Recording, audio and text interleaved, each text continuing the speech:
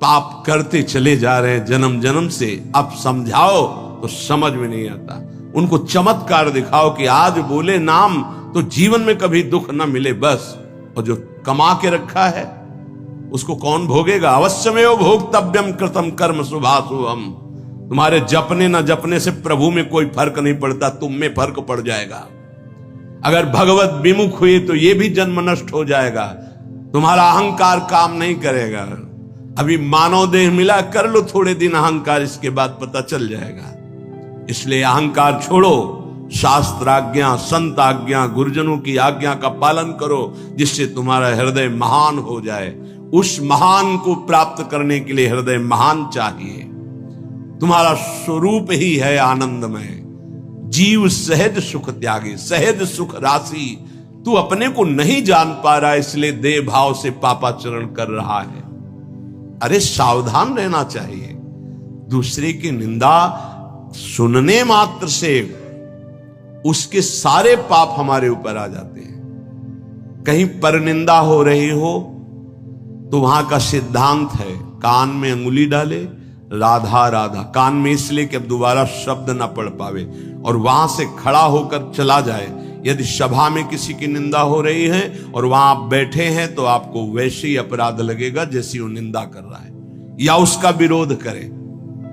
जैसे शिशुपाल श्री भगवान के लिए मलिन शब्द उच्चारण कर रहा था, भीष्म जी खड़े हो गए, महाभागवत है, अगर प्रभु के प्रति अब एक भी शब्द बोला तो भगवान ने कहा शांत हो जाओ, तुम शांत हो जाओ, तुम मत बोलो। कुछ राजा शिशुपाल के पक्ष के थे, आवेश में भीष्म जी आ गए।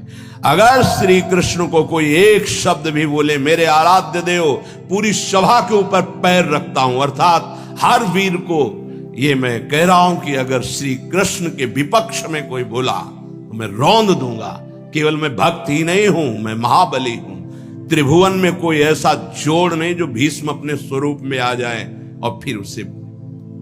वही भीष्म जी जब अधर्म के पक्ष में खड़े हो गए, पांडवों के विपक्ष में, वही भगवान पांडवों के पक्ष में तो दंड मिला, 6 महीना बाणों की शैया पर पड़े रहे।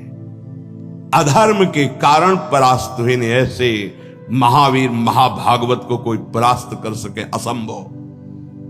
परम पावन गंगा जी के गर्भ में रहे, जिन गंगा जी का एक बूंद भी अगर शरीर छूटते समय चला जाए तो परम पद मिलता है, उनके गर्भ में रहे। अगर अधर्म का पक्ष ले लिया गया, अधर्म हो रहा है, सभा में बैठे हैं, तो उसी समय तेज नष्ट हो जाएगा, पुण्य नष्ट हो जाएगा, पाप का भागी बनेगा। जैसे भीष्म जैसे महापुरुष को भी बनना पड़ा। सभा में उधर ही बैठे और वही ही महाभागवतों की निंदा और अपमान हो रहा है, खड़े होकर चले जाना चाहिए। जैसे विदुर जी खड़े हुए और छोड़ दिया, आज के बाद तेरा अन्न नहीं पाएंगे, दुर्योधन इस सभा में नहीं आएंगे।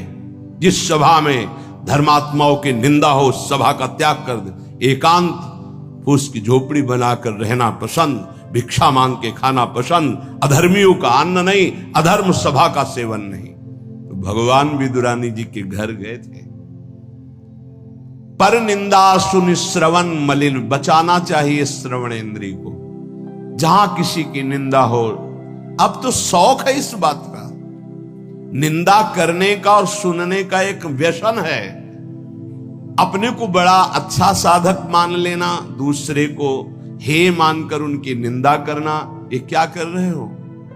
अपने जीवन को गर्त में गिरा रहे हो। पर निंदा के ते आवत नहीं कछु हाथ, मूर्ख पर्वत पाप को ले चल अपने साथ। बचन दोष पर गाए, दूसरों के विषय की चर्चा करने का समय कैसे मिलता है लोगों को? नाम जप करो, अपने विषय में सोचो, तुम्हारा मंगल कैसे होगा, तुम निष्पाप कैसे होगे, तुम्हारे दुखों की निवृत्ति कैसे होगी, तुम अपने कर्तव्य का पालन कैसे करोगे, तुम्हारा धर्म क्या है, इस विषय में सोचो। दूसरों के विषय में बोलने की हमारे पास समय वृत्ति कैसे है? ना तो वृत्ति होनी चाहिए ना समय। पर निंदा सुनकर श्रवणेंद्रिय मलिन हो गई और पर निंदा करके वचन मलिन हो गए और अपने प्रभु से विमुख होकर, हरि से विमुख होकर सब अपवित्र हो गया। शरीर अपवित्र, इंद्रियां अपवित्र, हृदय अपवित्र, स्वभाव अपवित्र।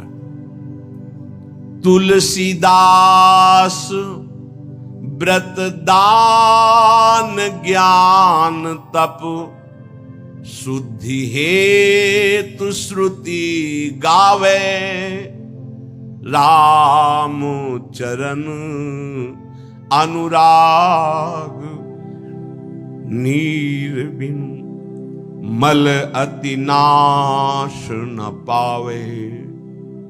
खास बात करें, शास्त्रों में बहुत वर्णन है।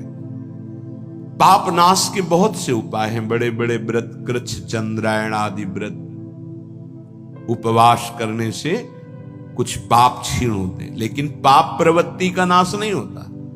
शास्त्र ज्ञान भी पाप निवृत्ति का उपाय है, तपस्या भी, बड़े उपाय शास्त्रों में वर्णन किए पाप नष्ट का। गोस्वामी जी कह रहे भगवान के अनुराग के बिना, भगवत प्रेम के बिना जड़ मूल से हृदय निष्पाप नहीं होता। पाप की जड़ है प्रवृत्ति, वासना, कामना, तृष्णा, स्पृहा।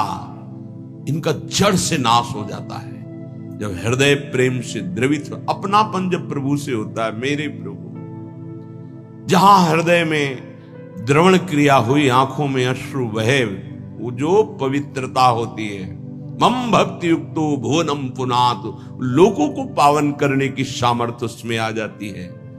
ये अनुराग प्राप्त करने के लिए मानव देह मिला है, हरि अनुराग।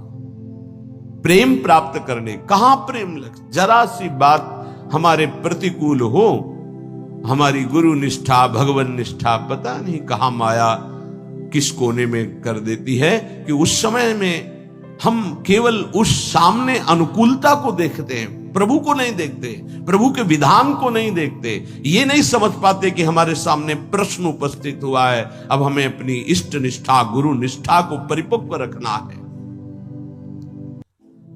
साधन में उन्नति अपना पुरुषार्थ और गुरुदेव की कृपा, भगवत कृपा दोनों चाहिए।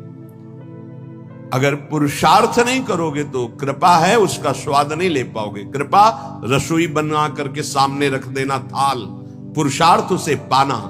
पूज्यपाद श्री उड़िया बाबा जी महाराज कहते हैं, साधक का प्रयास और भगवान गुरुदेव की कृपा, ये दोनों सिद्धावस्था की प्राप्ति में अत्यंत आवश्यक हैं। कायर बन के हाथ पे हाथ रख के बैठ जाए कि वो कृपा से सब हो जाएगा, ये कायरता कृपा नहीं सिखाती, ये कायरता है। पुरुषार्थ जितना हम में अध्यात्म बल है उसके अनुसार हम चल रहे, बकाया सब कृपा से हो जाएगा, पक्का हो जाएगा। मन क्रम वचन छाड़ी चतुराई और भजत कृपा करी है रघुराई। मन से, वचन से, कर्म से ये चतुरता छोड़ो, अब सब कृपा से हो जाएगा। तो तुम प्रमाद करो और तुम्हारे ऊपर कृपा का प्रभाव जागृत हो जाए, ऐसा कभी नहीं देखा गया। जितना आप में सामर्थ्य मिली उसको लगाओ, शेष चिंता मत करो, कृपा पूरी कर देगी, पर आपको लगना होगा। साधक का पुरुषार्थ, निज चेष्टा और भगवत गुरु कृपा, ये सिद्धावस्था को प्राप्त कराती है। साधक का पुरुषार्थ अगर नहीं लगेगा तो विपरीत दिशा में चला जाएगा, असाधन बनने लगेगा। उपासक गुरु को कभी मनुष्य न समझे, भगवत विग्रह को कभी धातु का न देखे कि पत्थर की मूर्ति है कि अष्ट धातु की है कि ये काहे, ऐसा कभी प्रश्न न करे। इष्ट देव का अवतार होता है अर्चा विग्रह रूप में, अर्चावतार। दो प्रकार से प्राण प्रतिष्ठा होती है, एक होती मंत्रों के द्वारा और एक होती भाव के द्वारा। निरंतर जो मंत्राकार वृत्ति की हुई भजन में डूबे हुए महापुरुष जब तदात्म वृत्ति से श्री विग्रह की तरफ देख ले, उसी समय हलचल पैदा हो जाएगी। प्राण प्रतिष्ठा हो गई, छाती से लगा लिया, प्राण प्रतिष्ठा हो गई। मंत्रों का एक अनुष्ठान वैदिक सिद्धांत से और एक है भाव सिद्धांत। धन्ना जाट के भांग के बट्टा में कोई प्राण प्रतिष्ठा मंत्र से नहीं हुई, भाव से भगवान प्रकट हो गए। सिलपिल्ले बाई के भाव से भगवान प्रकट हो। जब हम अपने प्रभु को अपने प्रभु की भावना से प्यार से देखते हैं तो वही प्रकट हो जाते हैं। जैसे खंभा फोड़कर नरसिंह भगवान प्रकट हो गए प्रहलाद जी के लिए, भाव से देखा। नामदेव जी ने तो कुत्ते से भगवान प्रकट हो गए, भाव से देखा भूत से भगवान प्रकट हो गए। तो फिर श्री विग्रह में भगवान नहीं प्रकट हो जाएंगे जब भक्त भाव से देखेगा। और भाव ना हो तो भगवान में भी भगवान नहीं दिखते। दुर्योधन को कहां दिखते थे? दुर्योधन दुशासन इनको नहीं दिखते थे, भगवान में भी भगवान नहीं दिखते। गुरु को मनुष्य समझना, भगवद विग्रह को धातु या पाषाण का समझना, गुरु मंत्र को साधारण शब्द समझना, चरणोदक को सामान्य जल मानना, भगवत प्रसाद को भोजन मानना, अन्न मानना, साधु की जाति पर दृष्टि रखना, ये उपासक को सावधानी पूर्वक त्याग कर देना चाहिए। ये उपासना के बड़े विघ्न हैं। यदि ऐसा भाव बना रहेगा तो उपासना सिद्ध नहीं होगी। कभी कभी चूक हो जाती है। प्रसाद में अन्न या फल दृष्टि नहीं रखी जाती, सिर्फ प्रसाद। और वैष्णव पद्धति है, प्रसाद का किनका मुख में अगर डाल लिया जाए तो कोई भी व्रत भंग नहीं होता, चाहे निर्जला ही क्यों न हो। भगवत प्रसाद में ये भाव नहीं रखा जाता कि ये अन्न है या अमुक वस्तु है, नहीं। प्रसाद में यदि भोजन अन्न वस्तु, आज अन्न है तो कल प्रसाद कैसे हो जाएगा? प्रसाद तो सिर्फ प्रसाद है और उसका किनका डालने से हर व्रत की पूर्णता होती है। चरणामृत, जैसे जो लोग नहीं जानते, वो जब बटता है तो बोले थोड़ा जल हमको भी दे दीजिए। जल नहीं है, चरणामृत है। चरणामृत को जल समझना। प्रभु के सामने जाकर के पूछना, ये मूर्ति काहे की है? पत्थर की है, संगमरमर की है, ये धातु की है? बड़ा अपराध कर रहे हो। ऐसा कभी प्रभु के श्री विग्रह के सामने नहीं। ये संत किस जाति के हैं? ऐसा कभी नहीं। गुरुदेव साक्षात परब्रह्म तस्मै श्री गुरुवे। ऐसा भाव कहां हो पाता है? परब्रह्म परमात्मा भाव गुरुदेव पर हो पाना है तो बड़ी मुश्किल की बात है। यहां साधु भाव ही हो जाए बहुत बड़ी बात है कि ये संत है। पूर्ण मनुष्य बुद्धि बनी रहती है। इसीलिए हमको अपने गुरुदेव में आराध्य देव नहीं दिखाते, नहीं तो गुरुदेव अपने स्वरूप को ही तो दिखाने के लिए विराजमान है। इसमें शिष्य के नेत्र की बात है।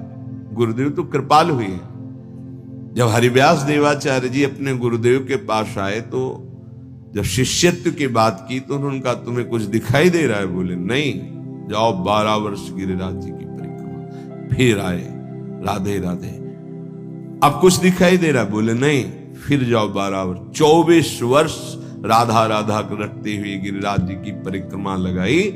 जब आए बोले अब दिखाई दे रहे? बोले हाँ, आपकी गोद में प्रिया प्रीतम विराजमान है। ये अब दृष्टि आई। गुरु को मनुष्य मानना, प्राय मनुष्य ही मानते हैं। हमें लगता है कि 1000 में कोई 1-2 ऐसे होंगे जो ये भाव हो कि गुरुदेव हमारे ब्रह्म हैं। छवि या मूर्ति विराजमान करके तो पूजा सब करेंगे, लेकिन मनुष्य बुद्धि या बहुत संत बुद्धि, उसमें भी प्रश्नवाचक चिन्ह। साक्षात पर ब्रह्म कहने को तो सामने जाके बोलेंगे गुरुर् ब्रह्मा गुरुर्विष्णु गुरुर्देव महेश्वरः गुरु साक्षात पर ब्रह्म तस्मै श्री गुरुवे नमः। विचार करो, इसमें से एक भी माना है तुमने? गुरु को ब्रह्मा माना है या हरि माना है या शिव माना है या साक्षात पर ब्रह्म माना है, बड़ा मुश्किल है। केवल कह देना अलग, बोले होना भी तो चाहिए साक्षात पर ब्रह्म। केवल बातों से कोई पर ब्रह्म थोड़ी हो जाता है। तो पाषाण में पर ब्रह्म था क्या? वो तो अव्यक्त था, तुम्हारे भाव से व्यक्त हुआ ना। तुमने पर ब्रह्म की भावना की तो मुस्कुराता हुआ ब्रह्म प्रकट हो गया। तो गुरुदेव तो चैतन्य ब्रह्म है।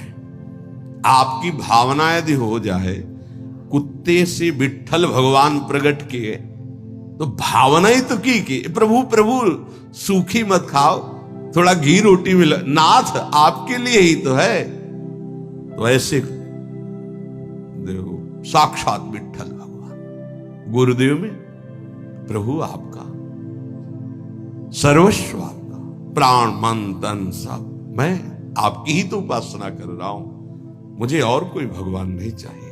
बस आपका साक्षात्कार हो, आप प्रसन्न हो जाएं, आपकी अधीनता। ऐसा कहां? ऐसा होगा तो भाव बदल जाएगा। गुरुदेव के प्रति परब्रह्म भाव हो जाए तो साधक को कुछ करना नहीं पड़ेगा, अपने आप उसके अंदर समस्त दैवी संपदा प्रकाशित हो जाएगी। परब्रह्म भाव होना बहुत कठिन है। गुरुदेव के प्रति परब्रह्म भाव हो गया तो उस भाव की सिद्धि होगी, चराचर जगत में परब्रह्म भाव हो जाएगा। क्योंकि गुरुदेव अखंड मंडलाकारम व्याप्तम चराचरम, तो चराचर में परब्रह्म भाव होते ही वो जीवन मुक्त हो जाएगा। बहुत कठिन बात है। इसलिए उपासक इस भाव को सिद्ध करे। गुरुदेव साक्षात परब्रह्म, भगवद विग्रह, साक्षात मेरे इष्ट देव, चरणोदक, अहो भाग्य जो हमें चरणामृत पीने को मिल रहा है, कोई जल नहीं। और गुरुदेव का मंत्र, ये कोई शब्द नहीं है, साक्षात इष्ट देव मिल गए, मुझे मंत्र मिल गया तो। पर ऐसी बुद्धि कहां है? पड़ा है एक कोने में हृदय में मंत्र, उसका बार बार स्मरण नहीं, बार बार दुलार प्यार नहीं मंत्र का। आप देखो मंत्र को कितना प्यार करते हैं आप। मंत्र का प्यार है बार बार स्मरण करना, दुलार करना। तो उसी का जागरण होगा तो वही प्रिया प्रीतम निकुंज सब उसी में छुपा है। ये जो मंत्र है ना, इसमें सब कुछ छुपा है। मंत्र की ही व्याख्या चतुरासी जी है, निज मंत्र की व्याख्या चतुरासी जी है। चतुरासी जी की व्याख्या 42 लीला और वृंदावन दास चाचा जितने भी पद गाए सब चतुरासी जी की व्याख्या है। और 84 जी निज मंत्र की व्याख्या है। ये अंदर की बात समझ। मंत्र मिला मतलब पूरे निकुंज की चाबी मिल गई। बीज मंत्र इसी को कहे, इसी से पूरा निकुंज रूपी वृक्ष प्रकाशित हो जाएगा। इष्ट देव में, गुरुदेव में जितना तुम्हारे भाव की कमी रहेगी उतना ही उपासना असफल रहेगी। जब अपने इष्ट देव के पास कोई जाता है, जैसे यहां से कोई बोले कि बरसाने जाए, हे सुनो श्री जी को हमारी भी दंडवत कर, अहो भाग्य आपके कि आप श्री जी के दर्शन करने जा रहे, हमारी दंडवत कह देना, हमारी स्मृति, हमारी भी अर्जी लगा देना। कोई आपका है, ईर्ष्या तो नहीं होगी ना, द्वेष तो नहीं होगा, उसके प्रति जलन का भाव तो नहीं होगा कि तो श्री जी के दर्शन के लिए जा रहा है। ऐसे यदि हमें गुरुदेव से प्रेम है और हमें दिखाई दे रहा कि गुरुदेव इनको ज्यादा प्यार कर रहे हैं, तो हमारा उससे ज्यादा प्यार हो जाएगा। आपके हो भाग्य, कभी हमारी भी स्मृति दिला देना, गुरुदेव को ये प्रदान कर देना। गुरुदेव, उसके अंदर द्वेष तो नहीं आएगा, जलन तो नहीं आएगी।